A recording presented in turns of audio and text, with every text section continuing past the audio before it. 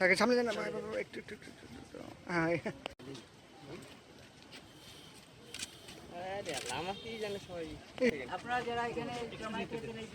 আমরা শান্তিপূর্ণ সমাবেশ করছিলাম, আমাদের সমাবেশ শেষ, আমাদের কর্মসূচি শেষ।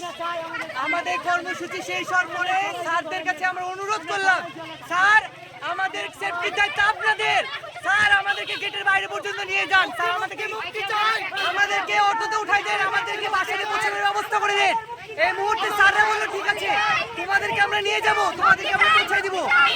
আমাদেরকে পৌঁছে দেওয়ার কথা বলে আমরা যখনই ঘুরতে যাব, সিভিল ড্রেস পরে প্রশাসনের লোক এসে আমাকে হস্তে হস্তে করে আমাকে হাত দেয়, আমাকে টর্চার করে তারা। মনে হয় আমি যত শুনেছি আমার কানে এসে জুতা ছড়াইছে পুলিশের উপরে, তারপর হয়তো তারা একটু রিয়াক্ট করেছে, কিন্তু আমরা ওই সময় চলে এসেছি সাথে সাথে। জুতা ছড়া হয়েছে, আমি এটা কানে এসেছি আর কি, আমি শিওর না যে ছাত্রদের জুতা হয়েছে। হ্যাঁ,